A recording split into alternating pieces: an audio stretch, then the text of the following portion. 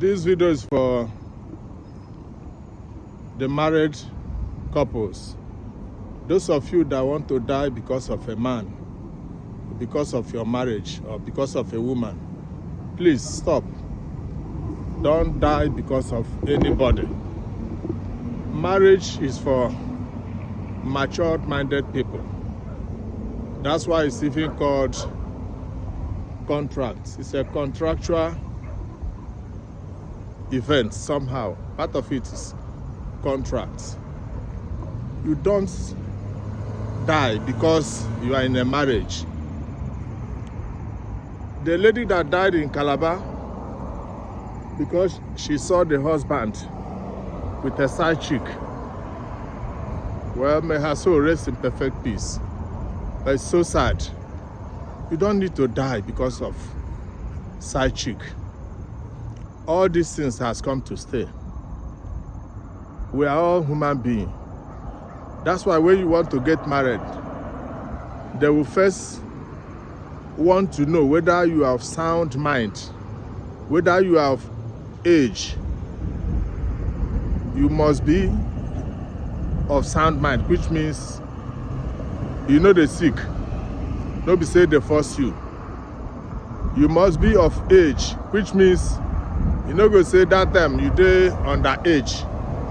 I be small pikin, I don't know wetin I enter. And there must be somebody that will hand you over to your husband properly, maybe an elder in the family, that will say, yes, from our findings, this man is good. Go on and marry him. They will hand you over properly. Another thing, they must pay your bride price. Pay your bride price. Do ceremony about you on your behalf. Do ceremony. After the ceremony, you follow your husband and go. What's my point now? What I'm saying is that some of these women that are crying, once in a while, some of them have been a side chick. Most men that have been used to sleeping with 3, 4, 5 women in a week, it's not possible because he just found you so he will stop. No. Some of us, one woman will not be enough. No matter what you give us, no matter how beautiful you are, if you like some tips, they will say because you are dressing as an old woman, you are not taking care of yourself, you are not doing this. Well, that could be part of it, but it's not completely the reason. It's human nature. And most men are like that. Some women too, one man will not be enough for them. As you use toast to the woman, talk to them, one day he grieve for you. Now so another person fit talk to them, he go grieve for them. But I think it's more rampant amongst men. So what am I trying? The point I'm making is that you have to be matured. When you see your man with a woman, you can wait for him in the house. Another thing that always brings problem is unnecessary anger. Some people, their anger, get part 2. They don't know how to manage anger. These are things you can just, on your own, advise yourself. Say, the way this thing is going, I need to cool down and think over it. It's not something you must prove a point. Another thing is unnecessary advice. You go to some women, all they know is to complain about their husband. They will go to saloon, they will complain. Those people there will advise you. Because once you have a problem, everybody has a solution. You go to complain to the pastor, he will advise you. And some pastors, if the person is not matured, he will advise you based on his own level of understanding. And most pastors can even do better. But the worst is you just from friend to friend, we advise. That's what we tell you. If not me, God, you know, if you try him, I go bust his head. I go do him this. Hey. They will advise you until you enter into problem or early grave. So the thing is, when you are in marriage, you have to know that these are two people coming together. Two different people, two strange fellows coming together to make the marriage work. And sometimes things don't go as you plan. Once it starts going wrong like that, sometimes that's why it's good to know somebody you can talk to the person. It's anything that is management means that thing can spoil. You fix it, you manage it, even if it's not working as it's supposed. That is a management. You can manage. Let me give you a small story. In my place, a woman called the husband red-handed doing kweke on top of bed. The woman started making noise, shouting, yeah, I will do this, yeah. A shout from inside to outside, begin to disturb. So the man went to the brothers and told them that he's no longer interested in the marriage. Some of them supported the woman. Yes, you have to come back. Leave him. Leave him. One of them said, no, I don't want my sister to stay alone without a man. More things will come up. Already there are children in the marriage. You can't leave your husband because you see him with another woman. They go judge him. As they gather judge the thing, they judge against the woman. The woman cry. What will be my offense? They say you unplug the man by force. You're not supposed to see a man where they do ta. You unplug him, you make noise. You know, we see it as injustice.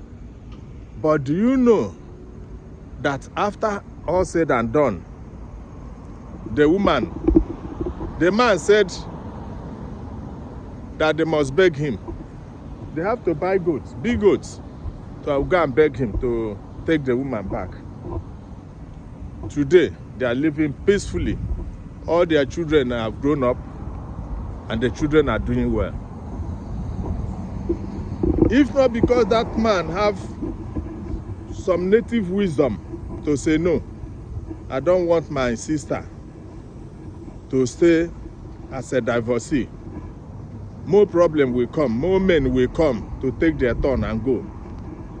And once you start jumping from one man to another, more problem, more, because these things, the enter body will be thinking about so many things. You will be treated in so many ways.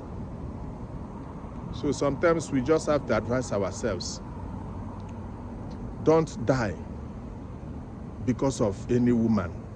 Don't die because of any man. That's why you see the white people, the way they do their own, they will do it in such a way, they will write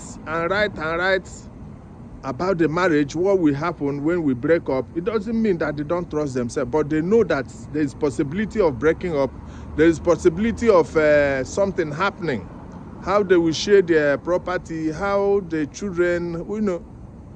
But some of our women, because of modern education, we mix it with the real native sense. Most men, I repeat, cannot stay with one woman alone. And if a woman wants to cheat, a woman can cheat for years. You can't catch, you know, if you catch them. But man, they will come inside, they will test, they will call, they misbehave, so that the man will catch them. That's the problem. But bear in mind that this world has been like that right from a generation. That's why they tell you Solomon have 300 concubines, 3,000 wives, this and that, to prove to you. The point is that most men are like that. I'm not saying all of them, but some men Stop taking advice from unnecessary people. Learn how to manage your anger. When you are angry, don't take any action. Relax. Relax. Things will be okay. Okay, now that that woman is dead, what will happen? The man is going to suffer it. Taking care of the children alone is not easy.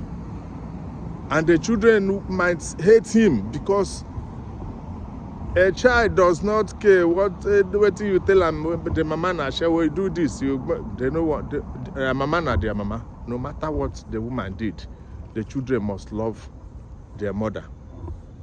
It's like that. So please save your life. Osinachida died. If she had maybe walked away from the marriage, she would have still been living with us. The rate people are dying. The worst is all this one that are doing boyfriend, girlfriend. Before you know, you don't bust bottle. Before you know, you don't pass it.